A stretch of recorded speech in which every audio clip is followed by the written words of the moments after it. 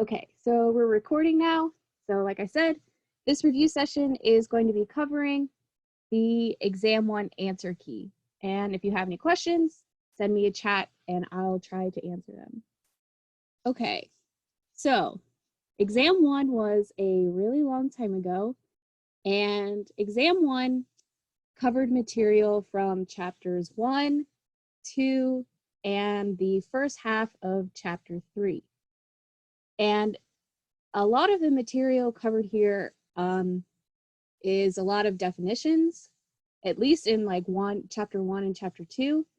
And then chapter 3, we started to introduce the model of demand and supply, and we talked about things that shifted the demand curve and the supply curve. Okay. So let's go ahead and start.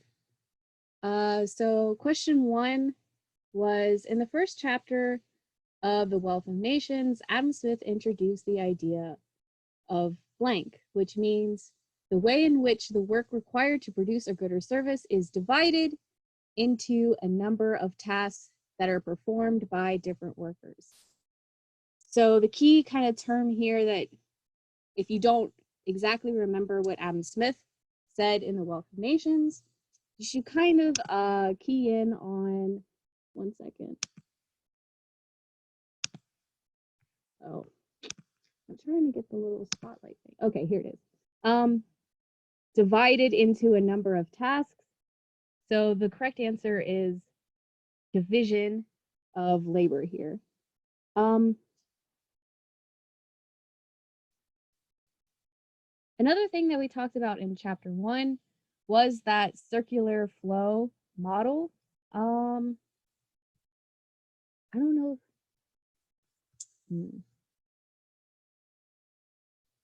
Okay, I'll just keep going. So in the circular flow diagram model, remember there are two different kind of groups of people interacting with one another. We have households and we have businesses or firms.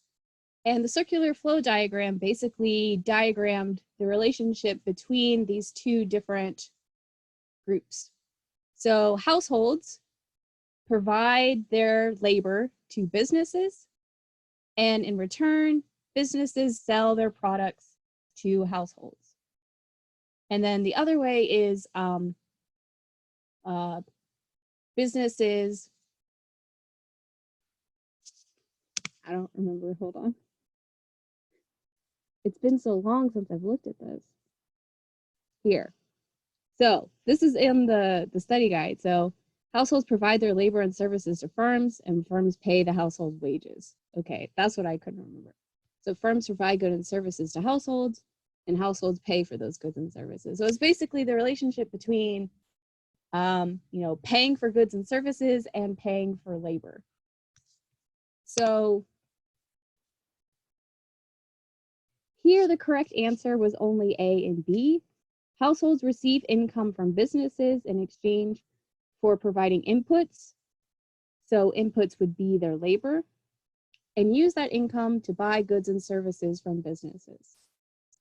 And B is also correct. Businesses receive revenues from households in exchange for providing goods and services.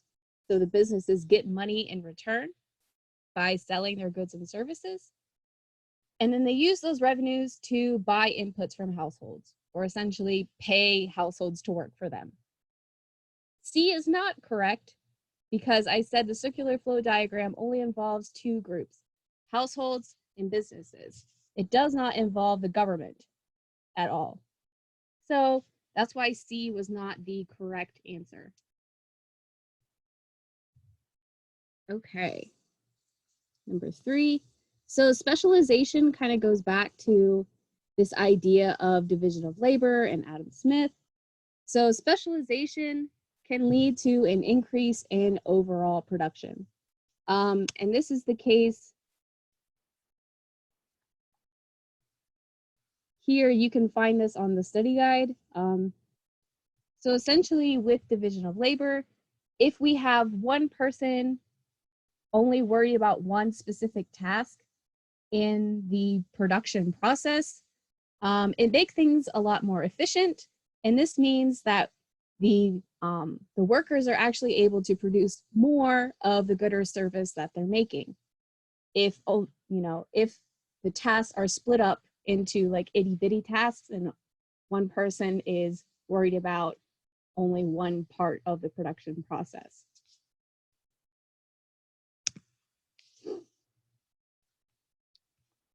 So it's not, workers developing skills on a large number of tasks because they're only worried about one task.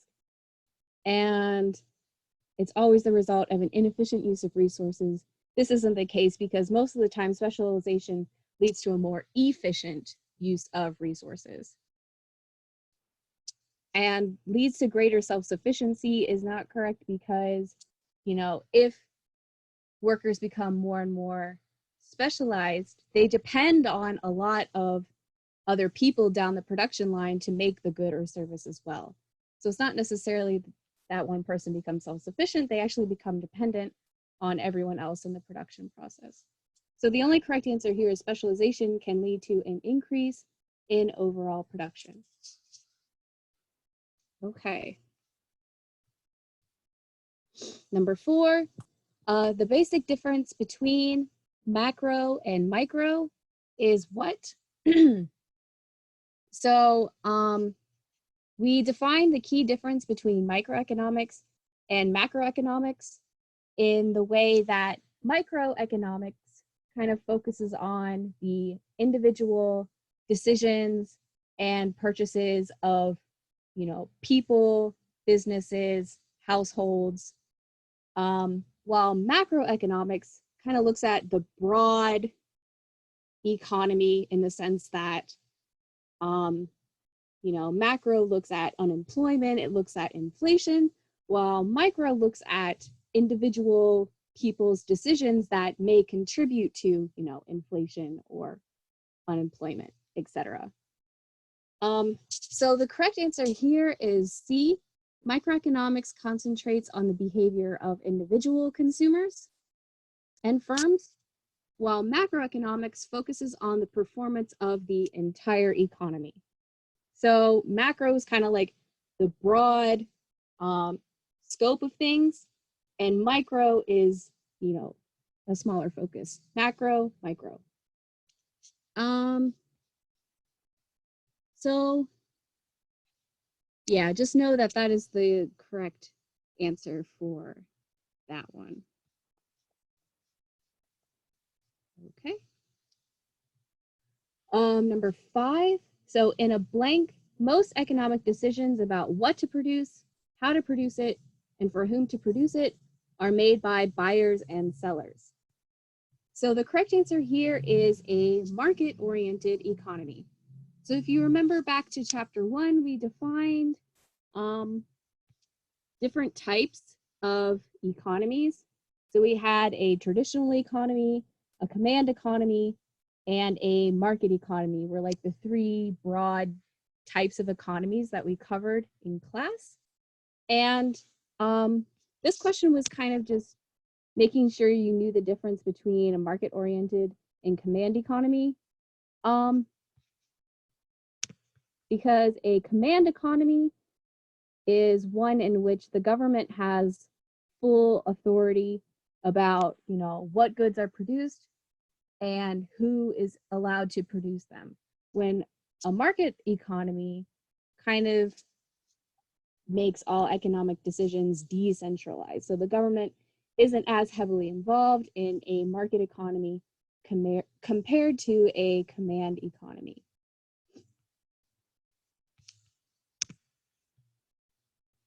So again, this is just knowing the definition of what a market-oriented economy is. Number 6, economists draw a distinction between blank, which describe the world as it is, and normative statements, which describe how the world should be. So the correct answer here, again, just knowing the definition, is a positive statement. So this kind of, hits on a lot of things that we've covered in class, is that, economics usually tries to explain the world how it is, and, you know, our models and our theories and stuff explain the world how it is. And economists don't really like to make suggestions about how the world should be. That's kind of where like economics ends and like political science and politics begins. So the economic side of things tries to stick to positive statements which describe the world how it is and tries to make conclusions and connections between variables about how the world is actually functioning. Sometimes economists can step in and, you know, make suggestions about how the world should be, but usually most of the time economists try to stick towards these positive statements. Okay, number 7. Ben decides to spend an hour playing basketball rather than studying. His opportunity cost is blank. So one of the key concepts that we covered from chapter 2 was this idea of opportunity cost. And opportunity cost is essentially what you have to give up in order to obtain, you know, what you desire in that moment. So essentially, you know, every single decision that you make has some kind of opportunity cost attached to it. So if you, you know, decide to come to this review session or watch this review session later on YouTube, you know, you're going to spend that 50 minutes watching this video again when you could be doing something else. So the opportunity cost of watching this video is what you're giving up, you know, to watch the video. So back to this question, Ben decides to spend an hour playing basketball rather than studying. His opportunity cost is the benefit to his grades from studying for that 1 hour. So Ben decided to play basketball for an hour. What he gave up to play basketball was the benefit to his grades that he could have gotten, you know, by studying.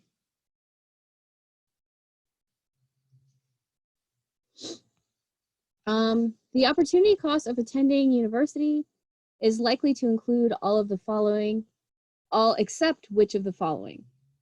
So the opportunity cost of attending college is, again, not necessarily just the, you know, explicit costs of buying, you know, textbooks and paying for tuition. It's also the implicit cost of not being able to work at a full-time job because you have to go to class all the time.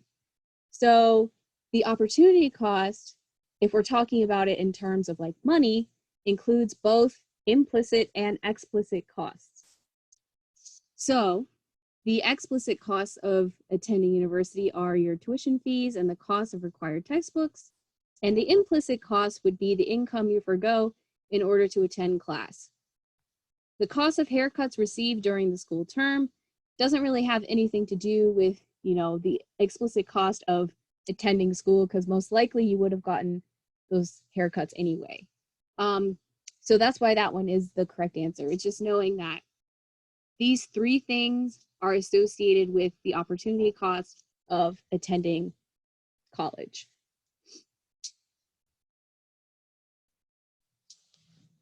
Number 9, marginal thinking is best demonstrated by blank. So the correct answer here is A, choosing to spend 1 more hour studying economics because you think the improvement in your score on the next exam will be worth the sacrifice of time.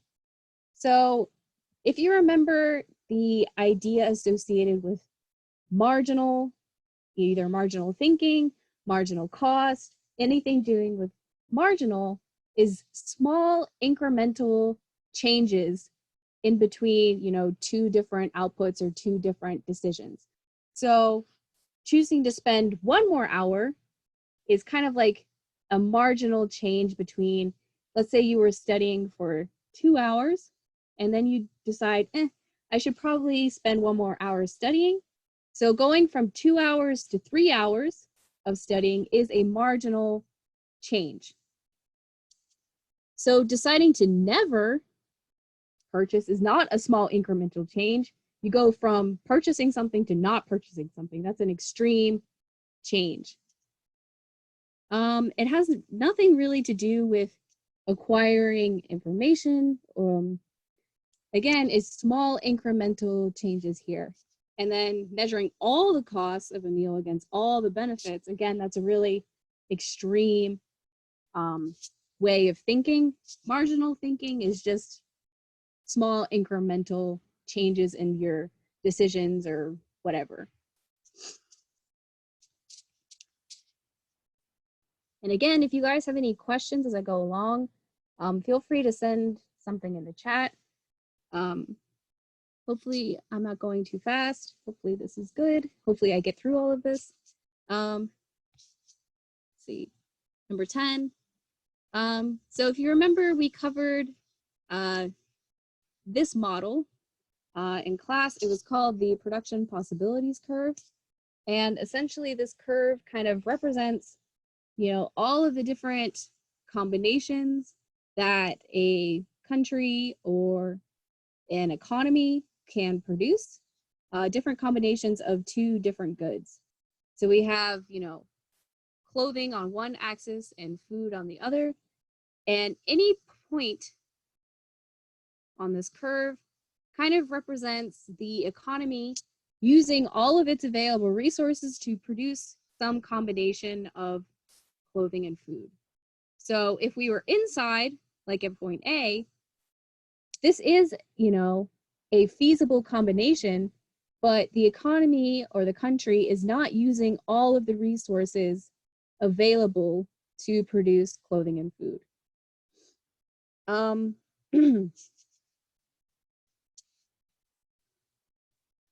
So at point A, in the production possibilities graph shown, the economy is not using its resources efficiently. So again, inside the curve is not using things efficiently because they're not using all available resources. And then when the economy moves from point A to point B in the diagram above, the economy begins using resources efficiently to produce both food and clothing.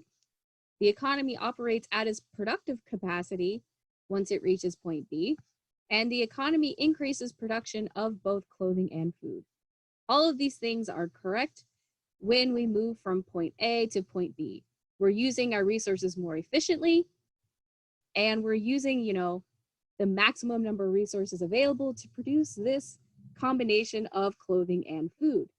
And at this combination, we're producing both, you know, more food and more clothing.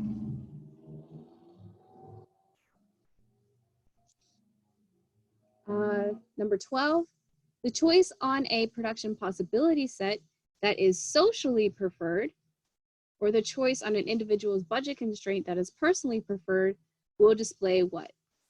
So this is just knowing the definition or the difference between productive efficiency and allocative efficiency. So productive efficiency is any point along this production possibilities frontier is productively efficient. What does that mean? It means that this economy is using all of its resources efficiently to produce any combination of clothing and food in this example. The allocatively efficient point is that, you know, there's some point along here, let's just say it is point B, that this society or this economy has decided is, you know, the optimal combination of clothing and food. So only one point along the production possibilities frontier will be allocatively efficient, when any point here is productively efficient. So again, the choice, the single choice on a production possibility set that is socially preferred is allocatively efficient.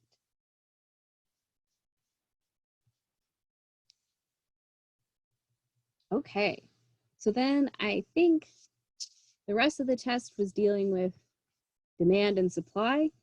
One model that we use quite a bit in class. So number 13, if the price is below the equilibrium level, then the quantity demanded will exceed the quantity supplied. This is known as what?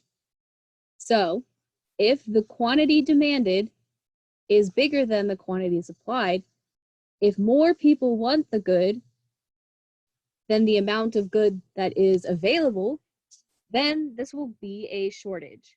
There is excess demand.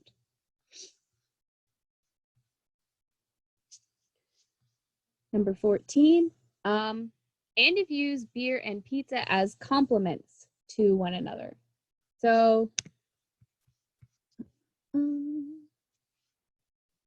this goes back to, I think there was that one chart in the notes that kind of had this summary of things that may cause a shift in the demand of certain goods. So if you remember, if people's income changes, this may shift the demand curve. So if people make more money, it may increase the demand for certain goods if they are normal goods. You know, if people prefer a certain good more, if, you know, the population changes and tastes or preferences for a certain good, that could increase the demand. So this question specifically looks at the price of a substitute or a complement changing. So remember, if the price, let's see, of a complement changes, this will mean that the demand for the good that we're talking about is going to kind of move in the opposite direction, if that makes sense. So in this specific example, hopefully this makes it more clear. So if beer and pizza are complements to one another. So Andy typically buys beer and pizza together. So if the price of pizza goes down, that means Andy's demand for beer, the complement, is most likely to go up. Because if the price of pizza decreases, that means Andy's demand for pizza is also going to increase. And because Andy buys these two things together, if he buys more pizza, he's also going to buy more beer. I think for some people that came and talked to me in my office hours that put Andy's demand for pizza to increase, I think I gave you points back for that, just because that is kind of correct. But the main thing that I was looking for was this answer here, the relationship between two complements, beer and pizza. So that's why that one is the correct answer. Complements tend to move in the same direction. I think I said the opposite direction earlier. I meant the same direction. Okay, 15. In a market economy, supply and demand determine what?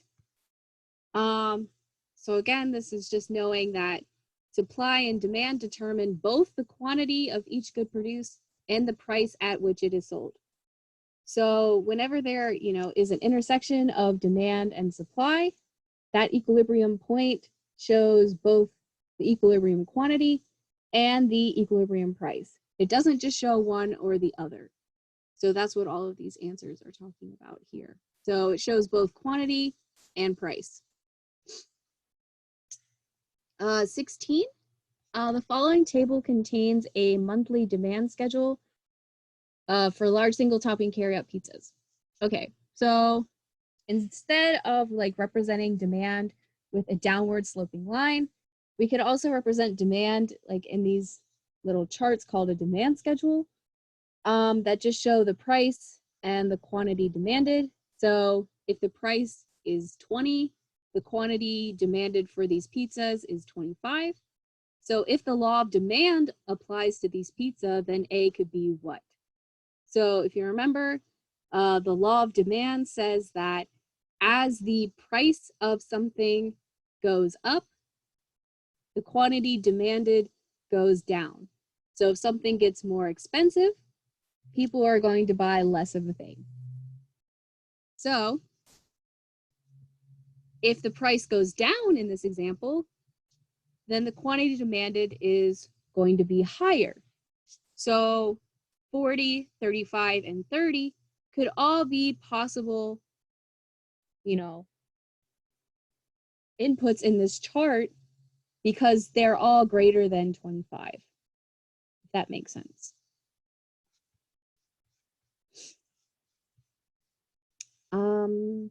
17. In the model of supply and demand, and in most economic models in general, economists use the blank assumption, meaning all other events and factors in the economy are held constant while analyzing one specific economic event. So this was just knowing the definition of ceteris paribus. So ceteris paribus is Latin for all else equal, and economists use this assumption basically in all models just to make things simpler to understand. 18, the blank is the only price where quantity demanded is equal to quantity supplied. And that would be the equilibrium price. So at any other price that is not the equilibrium price, there will either be a shortage or a surplus of a good. The equilibrium price, where the supply and demand curves intersect, is the only price where quantity demanded is equal to quantity supplied. Okay, 19. I think a lot of people came to my office hours to talk to me about this question. So after widespread press reports about the dangers of contracting mad cow disease by consuming beef from Canada, the likely economic effect on the US demand curve for beef from Canada, ceteris paribus, is what? So in this question, people in the US are hearing these press reports about you could potentially get mad cow disease by consuming Canadian beef. So this would kind of fall under changing tastes or preferences, I would say. So the tastes and preferences of people in the United States are changing due to these press reports. And how is it changing? People in the US are going to be less likely to buy this beef from Canada. So because it's a change in taste or preference, we know it's going to be a shift in demand. And because it's going to be a decrease, remember a decrease is always a shift to the left. So decrease is left, increase is right. So a shift of the demand curve for beef to the left is the correct answer. Okay. So then we had a lot of questions with these fun little charts here. And essentially these charts basically showed different kind of scenarios of shifting either the demand curve or the supply curve. So we see here in panel A, this was the demand curve and this was the supply curve, and this was the equilibrium. So this panel represents an increase in demand. So the demand curve shifted to the right in panel A.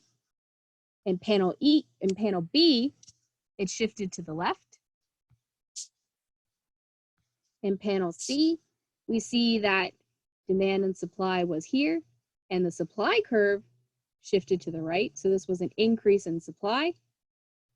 And then in this one, the supply curve shifted to the left. So it's basically all different combinations of shifting either the demand curve or the supply curve and shifting it either to the left or to the right. Okay. So then there were a bunch of questions about this. So refer to this figure. Panel B shows which of the following. So I already said, so in panel B, we look at where demand and supply intersected, and we see that there is a shift to the left of the demand curve. So that means there is a decrease in demand for sure. So we know it's either A or B at this point. And we know that it's not B because a decrease in supply would mean the whole supply curve shifted. A decrease in the quantity supplied is just a movement along the same supply curve. So we see that the supply curve didn't move, we just moved along the same supply curve. So again, we have to think back to knowing the difference between a change in demand and a change in quantity demanded, and a change in supply and change in quantity supplied. So I think I have that somewhere here. I don't want to keep looking for it. But again, a shift in demand or a shift in supply is a movement of the whole curve, while a shift in the quantity demanded or a shift in the quantity supplied is a movement along the same curve. So here would just be a, change in the quantity supplied and decrease in demand. So this next question kind of asks the same thing, but looking at a different picture. So panel A shows which of the following. So we see that the demand curve shifted to the right. So that would be an increase in demand. This was the equilibrium, and now we're at this equilibrium. So because we moved to the right along the same supply curve, it would be an increase in the quantity supplied. So it's an increase in demand, an increase in the quantity supplied. So that's why A is the correct answer here. Okay. 22. Assume we are analyzing the market for oil.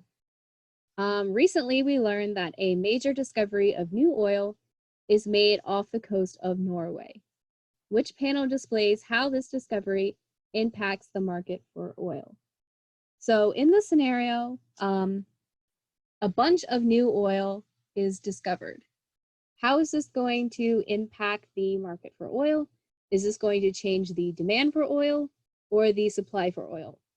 Well, we know that because we found a bunch of new oil, that's going to increase the supply of oil, right? Which one of these panels represents an increase in supply? Well, it's not A or B because this is shifting demand curves. So an increase in supply would be represented by panel C here because the whole entire supply curve shifted to the right. Panel C. Continuing from the previous question, how does this new discovery impact the equilibrium price and the equilibrium quantity of oil? So you can go up and use the picture to help you if you need to. So if the supply curve shifts to the right, if there is an increase in the supply of oil, the equilibrium was here, and now the equilibrium is here. What did this do to the price? Well, we see that the price was here, and now the price is here. So price went down, the quantity was here, and now the quantity is here. So quantity went up.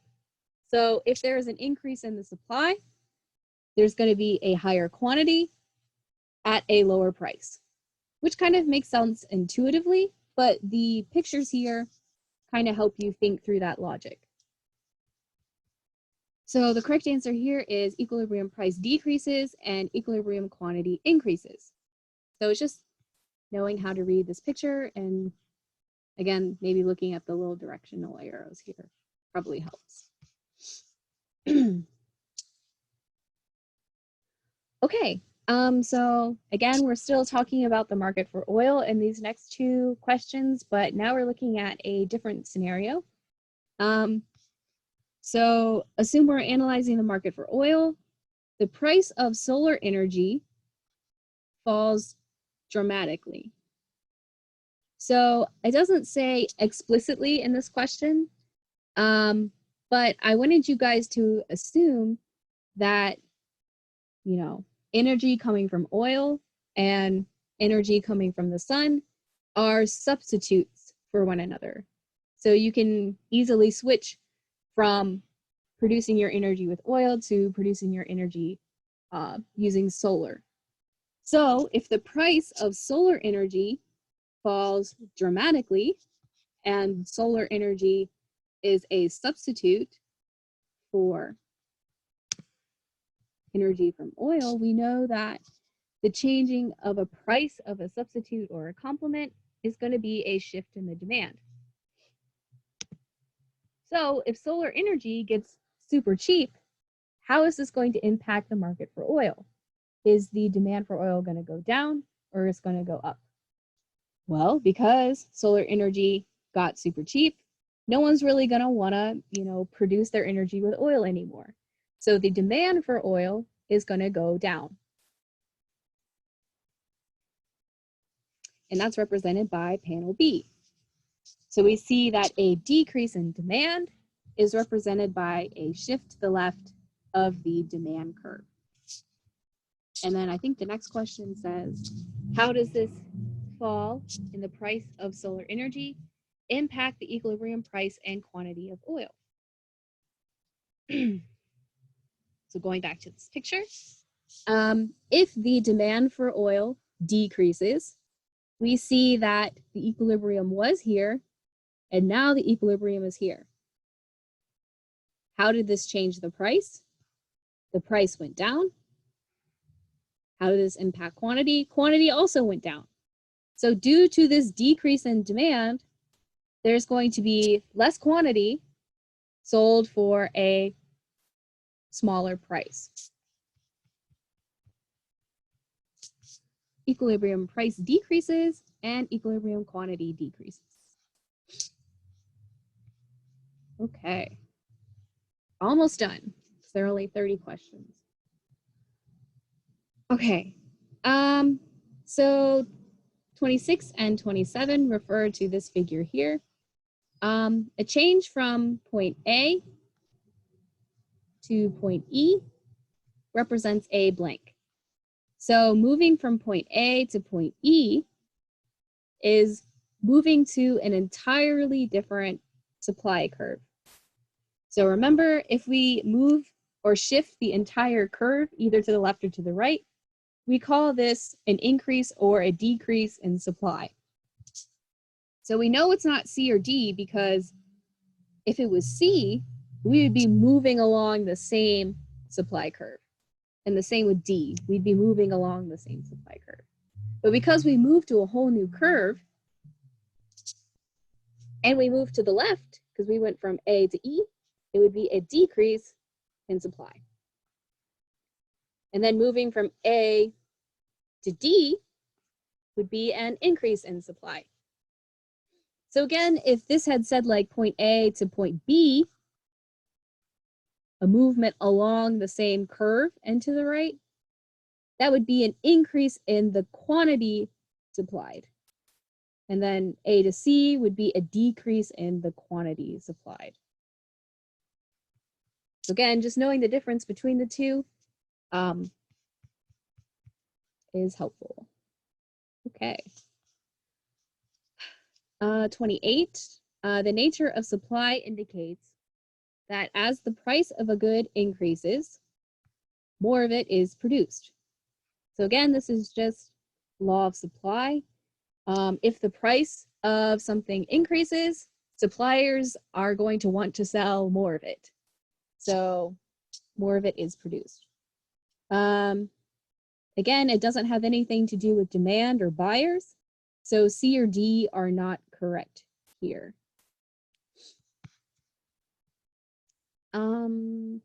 29, the demand schedule for a good indicates the quantities that will be purchased at alternative market prices. So this is just basically saying that the demand schedule or even the demand curve shows, you know, a downward sloping line, and it shows at different quantities what prices people are willing to pay for those different quantities.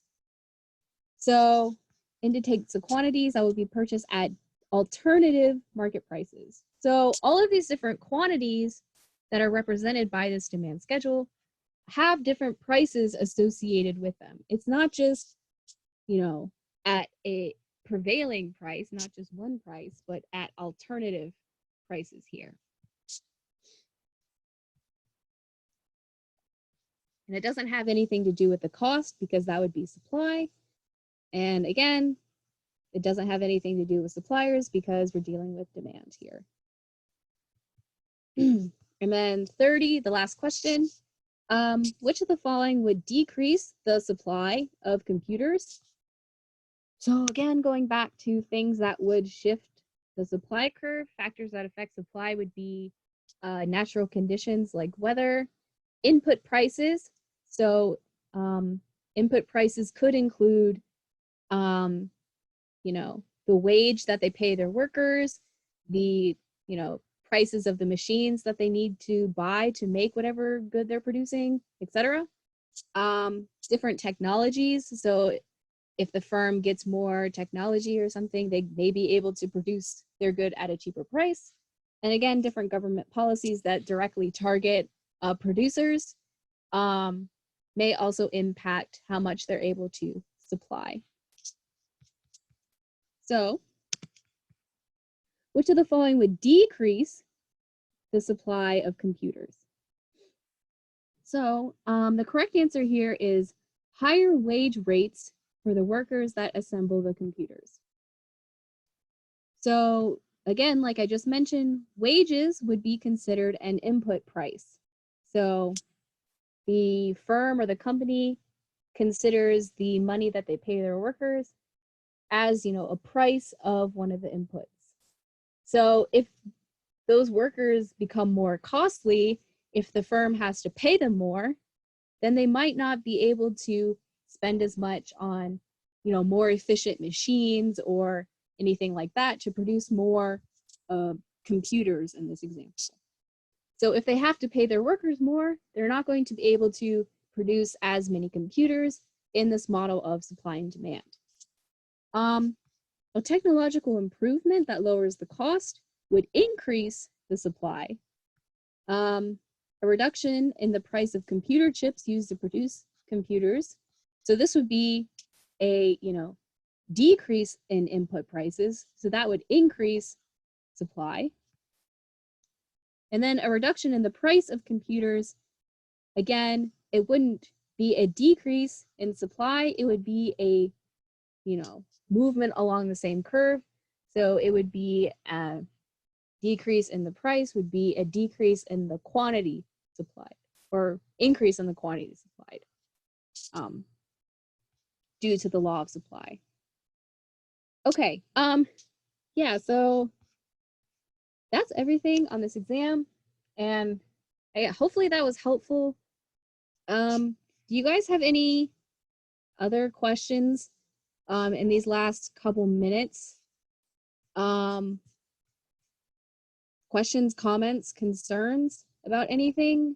So basically, like I've mentioned in the emails, I'm gonna say like 95 to 99% of the questions on the final will be copied and pasted from these. And you can use your notes. I may change the order of the answers, so be careful of that. But it may just be some different combination of the same answers here. So yeah. Do you guys have any questions or anything? You're welcome. Okay. Again, if you guys have anything else as you start to study more this week and next week, feel free to reach out to me. We can schedule like a one-on-one study thing, or I can try to answer your questions via email. Oh, that's a good question about the evaluation. Let me check.